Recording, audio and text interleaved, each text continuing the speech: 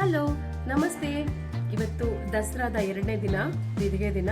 ನಮ್ಮನೆಗೆ ಮೋದಕ ಅಂತಿರಲ್ಲ, ಅದನ್ನ ನಾವು ಕಡಲೆಬೇಳೆ ಹೂರಣ ಇಟ್ಬಿಟ್ಟು ಗೊಳಿಯ ಅಂತೀವಿ, ನಾವು ಗುಳ್ಳಿಯ ಅಂತೀವಿ.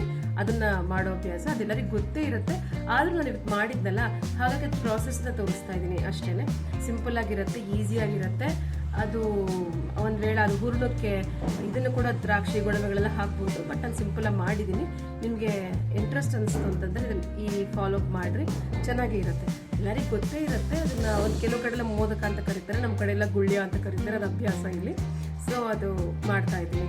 ಇವತ್ತು ತಾಯಿ ಗಾಯತ್ರಿ ಅವತಾರ ಅಂತ ಒಬ್ಬರಂದರೆ, ಬ್ರಹ್ಮಚಾರಿಣಿ ಅಂತ ಕೆಲವರು ಅಂತಾರೆ. ಯಾರಾದ್ರೇನು ಎಲ್ಲ ಅಮ್ಮನವ್ರಿಗೆ ಎಲ್ಲ ಸೇರುತ್ತೆ. ಹಾಗಾಗಿ ಇವತ್ತು ಅದು ನಮ್ಮನೇಲಿ ನೈವೇದ್ಯ ಮಾಡ್ತೀವಿ ನಾವು. ಸೊ ಅದನ್ನು ನಿಮಗೆ ಪ್ರಾಸೆಸ್ನ ತೋರಿಸೋಣ ಅಂತ ಹೇಳಿಬಿಟ್ಟು ನಾನು ವಿಡಿಯೋ ಮಾಡ್ತಾ ಇದ್ದೀನಿ. ಹೋಗೋಣ ಪ್ರಾಸೆಸ್ಗೆ. ಚಲೋ. ಮೊದಲು ಇದಕ್ಕೆ ನಾನು ಕಡಲೆಬೇಳೆ ತೊಗೊಂಡಿದ್ದೀನಿ.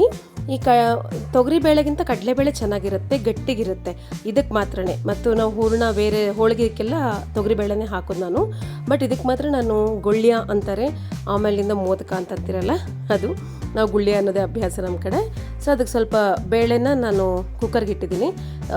ಅರಿಶಿನ ಮತ್ತು ತುಪ್ಪ ಹಾಕ್ಬಿಟ್ಟು, ಆಮೇಲೆ ಕಣಕಕ್ಕೆ ನಾನು ಹೋಳಿಗೆ ರವೆ ಹಾಕಿದ್ದೀನಿ. ನಮ್ಮ ಮೈದಾ ಎಲ್ಲ ಹಾಕಲ್ಲ. ಅಂದರೆ ಹೋಳಿಗೆ ರವೆ ಮತ್ತು ಗೋಧಿ ಹಿಟ್ಟು, ಆದರೆ ರಿವರ್ಸ್ ಇರುತ್ತೆ. ಅಂದ್ರೇನು, ಹೋಳಿಗೆ ರವೆ 1 ಲೋಟ ಆದರೆ ಗೋಧಿ ಹಿಟ್ಟು ಅರ್ಧ ಕಪ್ಪು ಅಷ್ಟು, ಅರ್ಧ ಲೋಟದಷ್ಟು ಕಲಿಸ್ಬಿಡ್ಬೇಕು. 1-1.5 ಗಂಟೆ ಮುಂಚೆನೇ ನಾವು ಅದನ್ನು ಕಲಸಿಟ್ಕೊಂಡ್ಬಿಡ್ತೀನಿ ಕಣಕಕ್ಕೆ. ಆಮೇಲೆ ಇದನ್ನು ಬೆಂದ ಮೇಲೆ ಇಷ್ಟು ಬೆಂದಿರಬೇಕು, ಅದು ಕೆಳಗಡೆದು ಸಾರಿಗೆ ಬರುತ್ತೆ. ಒಂದು ವೇಳೆ ಆ ಥರ ಇದ್ದಾಗ ನೀವು ಬಿಸಾಕಬೇಡಿ ಅದನ್ನು, ಆ ನೀರಿನ. ಆಮೇಲೆ ಇದರೊಳಗಡೆ 1.5 ಅಷ್ಟು, 1 ಕಪ್ಪಷ್ಟು ಹಾಕ್ಕೊಂಡಿದ್ದೀನಲ್ಲ ಬೇಳೆಗೆ, 1/4 ಅಥವಾ 1.5 ಕಪ್ಪಷ್ಟು ಇದನ್ನು ಹಾಕಿದ್ದೀನಿ, ಬೆಲ್ಲನ ಹಾಕಿ ಸ್ವಲ್ಪ ಯಾಲಕ್ಕಿ ಪುಡಿ ಹಾಕ್ಬಿಟ್ಟು ಚೆನ್ನಾಗಿ ಅದನ್ನು ಕುದಿಸ್ಕೊಂಡಿದ್ದೀನಿ. ಕುದಿಸಿದ್ದಾದಮೇಲೆ ಮಿಕ್ಸಿಗೆ ಹಾಕಿದ್ದೀನಿ. ಆ ಮಿಕ್ಸಿಗೆ ಹಾಕಿದ್ದು ರೆಕಾರ್ಡ್ ಆಗಿಲ್ಲ. ಆ ಮಿಕ್ಸಿಗೆ ಹಾಕಿದ್ಮೇಲೆ ಅಷ್ಟು ಮೆತ್ತಗೆ ಆಗುತ್ತೆ.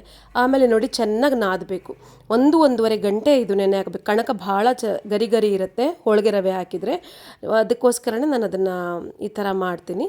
ಹೋಳಿಗೆ ರವೆ ಹಾಕ್ಬಿಟ್ಟು ಕಲಸಿ 1 ಗಂಟೆ ಮುಂಚೆ ಅದು ಚೆನ್ನಾಗಿ ನೆನಿಬೇಕು ಮತ್ತು ನಾದಬೇಕು, ಆವಾಗಾದರೆ ನೀಟಾಗಿರುತ್ತೆ. ಜಸ್ಟ್ ಇದರೊಳಗಡೆ ಹಾಕ್ಬಿಟ್ಟು ಕಣಕದೊಳಗಡೆ ಇಟ್ಬಿಟ್ಟು ಹೂರಣನ ಮಾಡೋದು ಅಷ್ಟೇ. ಮೋದಕ ಅಂತ ಆ ಕಡೆ ಕರೀತಾರೆ, ನಮ್ಮ ಕಡೆಲ್ಲ ಗುಳ್ಳಿಯ ಅಂತಾರೆ. ಸೊ ಒಂದೊಂದು ದಿನ ದಸರಾದಲ್ಲಿ ಒಂದೊಂದು ದಿನ ಒಂದೊಂದು ಸ್ವೀಟ್ ಮಾಡಬೇಕಲ್ಲ, 10 ದಿನ. ಹಾಗಾಗಿ ಅದರೊಳಗೆ ಇದು ಒಂದು ದಿನದ್ದು. ಸೊ ನಿಮ್ಗೆ ಈಸಿ ಅನಿಸ್ತು, ಚೆನ್ನಾಗಿ ಅನಿಸ್ತು ಅಂತಂದರೆ ದಸರಾ ಹಬ್ಬದಲ್ಲಿ ಒಂದಿನ ಟ್ರೈ ಮಾಡ್ತೀರಾ ಅಂತ ಹೇಳ್ಬಿಟ್ಟು ನಾನು ಸ್ವೀಟ್ಸ್ ತೋರಿಸ್ತಾ ಇದ್ದೀನಿ. ಸೊ ನಿಮ್ಗೆ ಚೆನ್ನಾಗಿ ಅನ್ನಿಸ್ತು ಅಂತಂದರೆ ಒಂದಿನ ಟ್ರೈ ಮಾಡಿ, ಆಯಿತಾ? ಜಸ್ಟ್ ಸಿಂಪಲ್ಲಾಗಿ ಅದನ್ನು ಮಾಡ್ಕೊಂಬಿಟ್ಟು ಕರ್ಕೊಂಬಿಡೋದೆ. ಹೂರಣ ಗಟ್ಟಿಗೆ ಇರಬೇಕು. ಕಡಲೆಬೇಳೆ ಹೂರಣ ಅಲ್ಲ, ಈ ಚೆನ್ನಾಗೂ ಇರುತ್ತೆ. ಈ ತೊಗರಿಬೇಳೆ ಆದಷ್ಟು ನೀರಾಗಲ್ಲ ಬೇಗ.